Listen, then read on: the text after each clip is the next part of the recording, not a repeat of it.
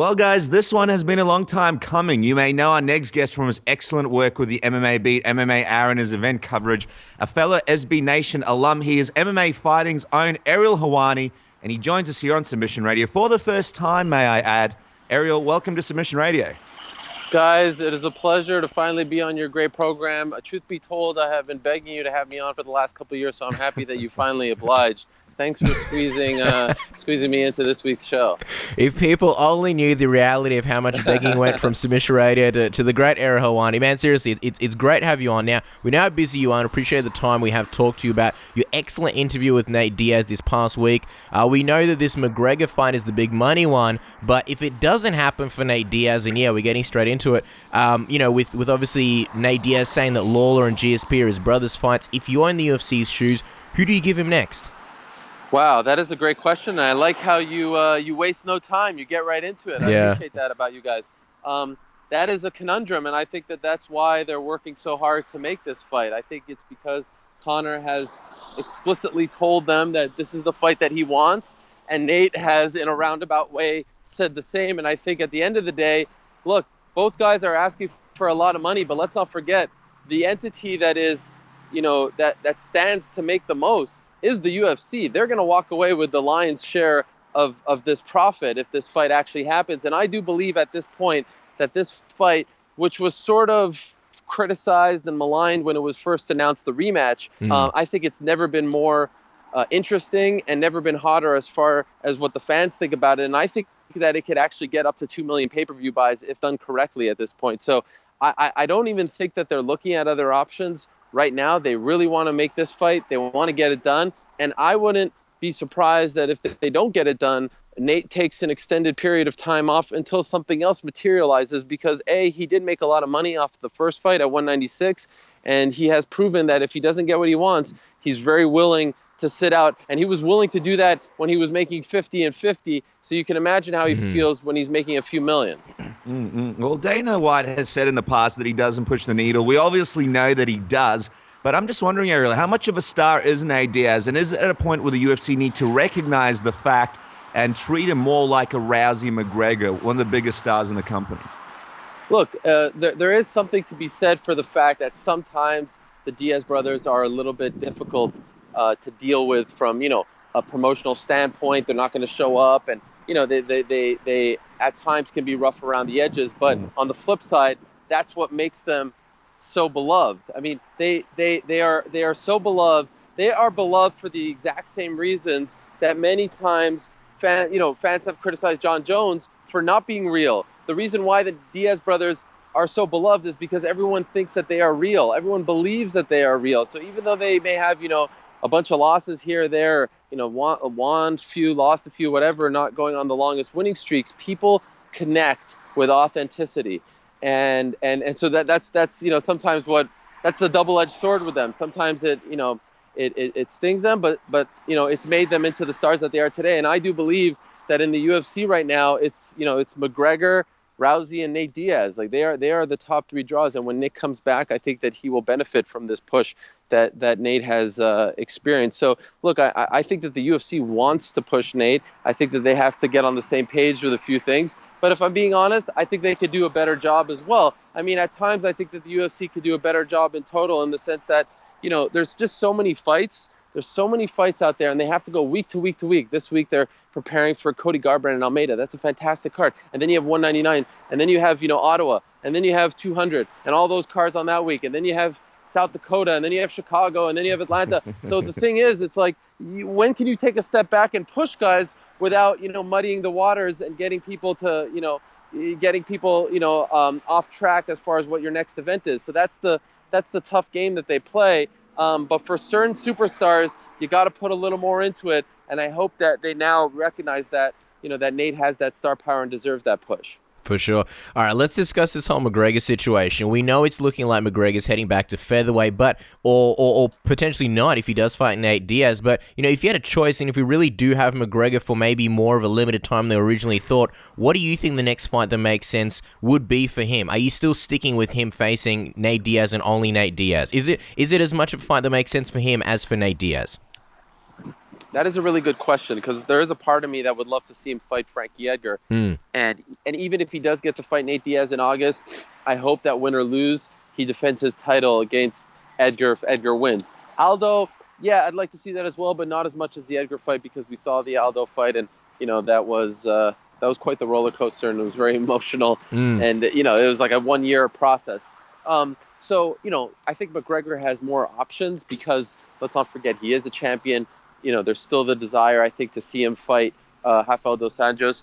Nate has kind of put himself in a corner where he's like, there's nothing else that really interests me right now.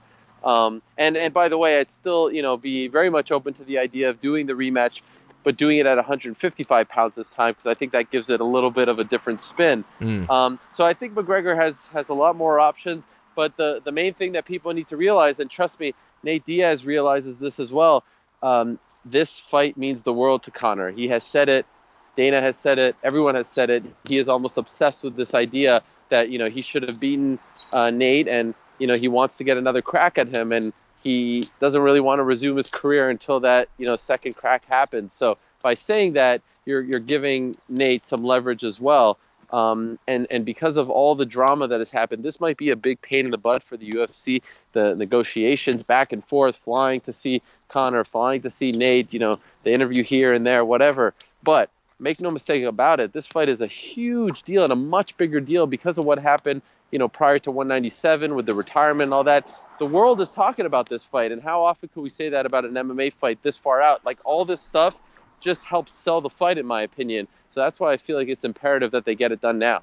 And we know the lightweight thing was supposed to be a big help to McGregor physically, but in your opinion, with everything that happened between him and the UFC, although their relationship seems to be back on track now, do you think the UFC will still let him be a champion in multiple weight classes in the future? Or do you think Dana and the UFC may be aware that giving McGregor that much power could be a dangerous thing after this whole UFC 200 fiasco? I think to a degree that remains to be seen, but I certainly think that they recognize his stardom and the kind of draw that he is. So I do think that they would be open to it. I think that if he doesn't fight Nate next, he should probably fight in the 145-pound division and defend the title, because I was okay. The thing that people forget is that 196, while he ended up fighting Nate, was originally supposed to be this champion versus champion fight against Rafael dos Anjos. So that all makes sense. And of course Nate comes in, and then the rematch, people are like, well, come on, you gotta defend the title, and I definitely agree with that. But let's not forget that Conor did the UFC a lot of favors. He took 2 fights back to back, actually one in July and then one in March, against new opponents, on less than 2 weeks' notice. Didn't threaten to pull out of the card, didn't threaten to ask for more money, was really a good soldier. And yeah, there's some, there's the negotiations about things along the way, but like for the most part, he was a very good soldier. So I think that the idea that they were going to give him what he wanted in this Nate rematch really, was very valid, and he had earned that right. If the Nate rematch doesn't happen, then I would like to see him go back and defend that title that he has yet to defend. The tricky part is Frankie and Aldo are fighting in July, so you'd think that they would need some kind of time off to, recuperate from that fight and get ready for the next fight, which would be gigantic. And now you're talking like you sit Conor on the sidelines till November. I know he doesn't want that. So and of course, Dos Anjos and Alvarez are fighting for the belt that same weekend, so it's the same scenario. So it's a really tricky time, and that's why I think that again Nate is the fight that they have to make. Mm-hmm.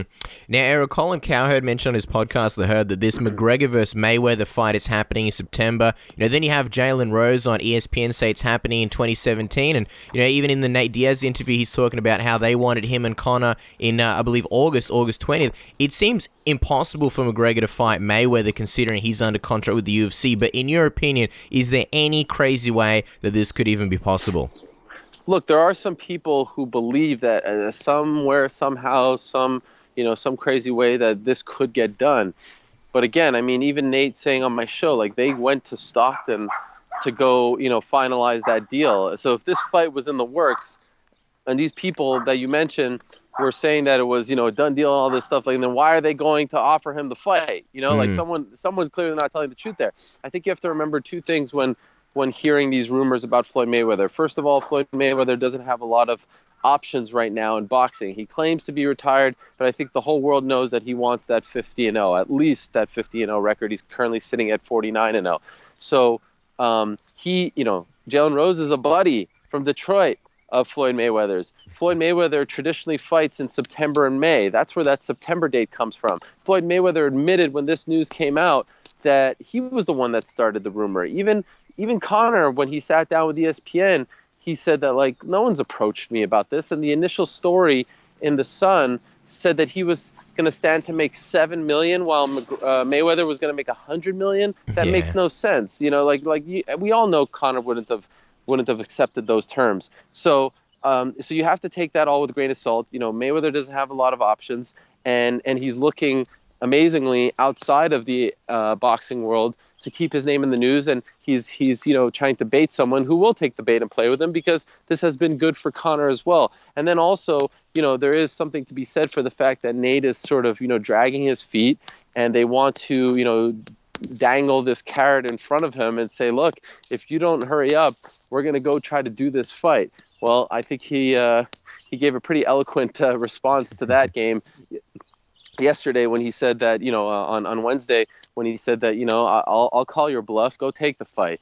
Again, as I said yesterday, the greatest negotiators are the ones who are 100% prepared to walk away and will not feel any anxiety or guilt over that decision. And that's Nate Diaz right now. He is prepared to sit out and let the game play in front of him, and that's why he's comfortable with playing this game. I mean, Mayweather obviously worked with the WWE on a bunch of events, but do you think there's any way him and Dana White could come to any sort of a deal? Obviously, Mayweather's big on the co-promotion, much like M1 Global with the Fedor back in those Fedor days. Do you think Dana White could budge on an issue like that and let Mayweather co-promote in a fight like that? Look, I'll never say never, because, again, these are businessmen, and they want to make money, and this fight will make money. The only thing, like, I don't. When I get all fired up about this fight, I'm not saying that, at some point this fight can't happen. I mean, this is America, and people, these guys, they want to make money, and they recognize that. That being said, what gets me fired up is people saying that it's on. That's the crazy part. It's not on. It's like these are straight lies when people are telling you it's on. Now, will this talk lead to them sitting down? Whatever, but I mean, how many times do we have to hear from the sources themselves? Dana says, "Hey, Floyd, call me." So what is that? Like, what is he playing a game too? Look at the boxing media. Is the boxing media reporting these stories about September 17th and all that? No, it's people who kind of had connections and want to play the game and help publicly negotiate and all that stuff. So look, Dana and Floyd have had a long-standing relationship. They've known each other for a couple decades. So who's to say? But what are the terms? Is it a boxing match? Would the UFC put Conor, and would Conor agree to be put in that scenario? Would the money that Floyd makes, would he want to split some of that with the UFC? And would Conor be okay with how much he makes and how much there's a lot of egos there, and there's a lot of money being thrown around, and I just don't know if those entities could come to terms. But never say never. I never thought James Toney would fight in the UFC, and that happened. So I get, never say never. I'm just saying that right now, anyone who thinks that it's a done deal and is booking flights and hotel rooms in Vegas for September 17th, you're going to have a great weekend there, but you're not going to see that fight. Yeah, I know. Colin Cowherd's laying it on thick, saying, "Oh, you book hotel rooms." I hope no one has, in hopes that they're going to see that fight. I want to see his hotel receipt. I want to see, where's the proof that you did that. I want to see. Show me your Expedia, hotel confirmation or whatever it is. Show me your flight email confirmation. I want to see that.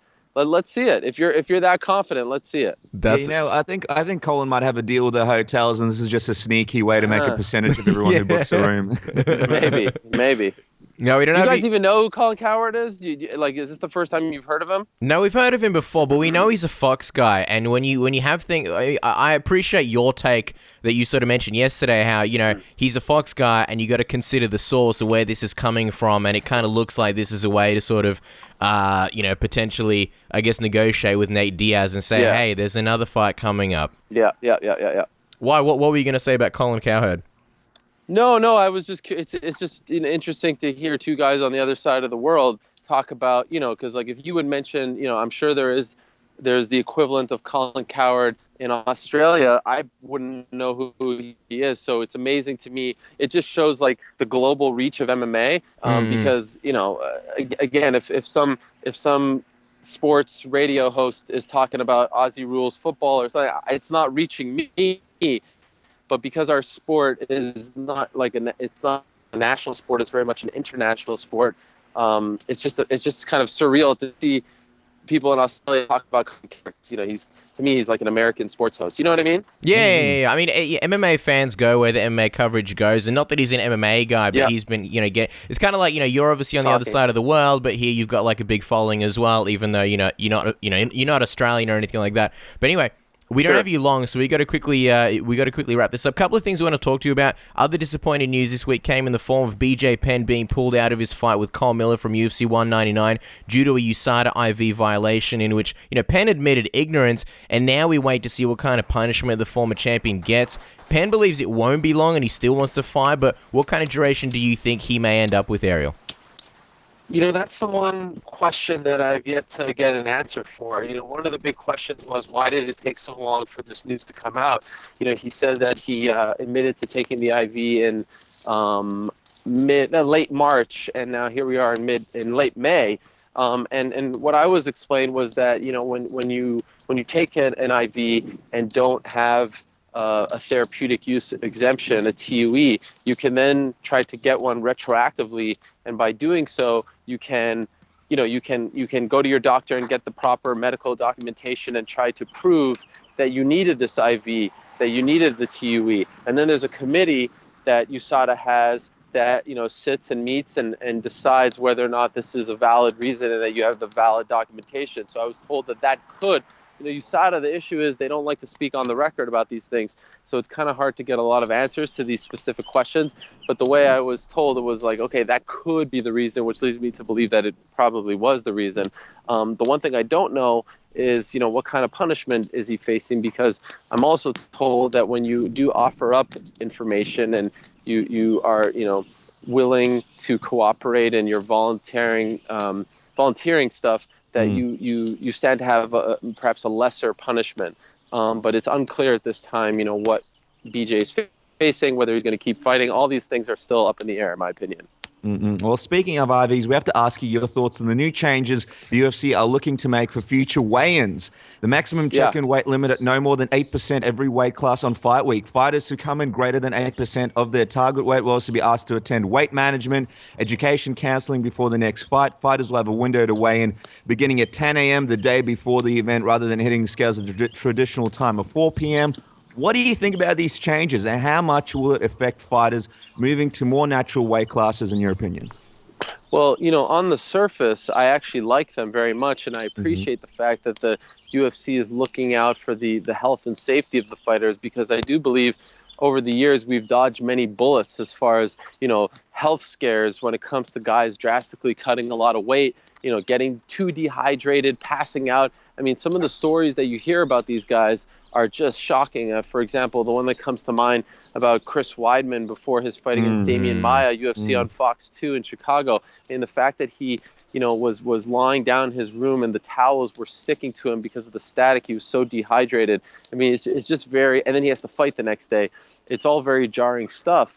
So I like the fact that they're doing this. Much like the USADA situation, I like the fact that they're, instituting these rules and trying to do what's best for the sport long term. My issue is that when you institute these policies and rules, along with the Reebok deal, just to name a few, there needs to be a process in which the fighters have some kind of say. So maybe as a collective, the fighters say, you know what, we are okay with this, but maybe we do 10%. Maybe that's more feasible, or maybe we do 9%. Maybe that's more feasible. Maybe we do 15%. In other sports, whenever there is radical change, there's a process called collective bargaining, and there needs to be that process. If we are going to institute these radical changes, and make no mistake about it, these are radical changes. These affect the fighters more so than anything, and it changes the way the sport is run. They need to have a say. They need to have a say in the matter, and so. That's my thought. I like it. I like that they're doing it. I like where their head is at, but I wish there was a process in place in which the fighters could, say, you know what, okay, we like this, but we don't like that. Let's meet here. Let's meet in the middle, et cetera, et cetera. Do you get what I'm saying? No, absolutely. And just finally on that topic, a lot of people sort of worried in regards to McGregor because he has so many issues making his weight cut. Do you think these new changes could potentially mark a quicker finish to his featherweight Yeah. run than we originally thought? Man, it's a great question, and only he can truly answer it. But, it's funny. I was looking back at, I think it was UFC Dublin weigh-ins. I don't know why I stumbled upon it, but I just saw a picture of him from those weigh-ins not that long ago, and it's just amazing to see how he looks. I mean, his face, just the sides of his face it's actually like it's uncomfortable to look at. He's so sunken in. And even Cyborg, it's like I mentioned this, like this insistence on having her at 140, this fictitious weight class, makes no sense to me whatsoever. It's like, why are we doing this to these fighters? For what reason? So yeah, that's a great point. And maybe he does expedite. He got his belt, he proved his point, he beat Aldo, and then maybe he goes to 155, which is the weight class that he's always said he's more comfortable in, and I think he'd be better suited for that. So yeah, that is definitely something else to consider for sure. Awesome, guys. Well, make sure to follow Ariel on Twitter at Ariel Helwani and check out the MMA Hour every Monday in the US and every Tuesday here in Australia. Obviously, it's live on YouTube, and afterwards you can check it out on iTunes, Stitcher, SoundCloud, anywhere where podcasts are found. You can, of course, follow all of Ariel's excellent UFC 199 event coverage on MMAfighting.com. Ariel, thank you so much again, mate. It's great to have you on. It's our pleasure having you on. Hey guys, my pleasure. I just wanted to say that you guys are doing a tremendous job, and please keep it up because you're great interviewers and you put together great shows on a weekly basis. And I also want to say that I truly love the people of Australia. 127, one of my favorite events ever. Reminds me a lot of home. Australia, it reminds me a lot of Canada. So if there are any Australian fans listening to you, and I'm sure there are many, I just wanted to say thank you for always supporting me in the sport as well.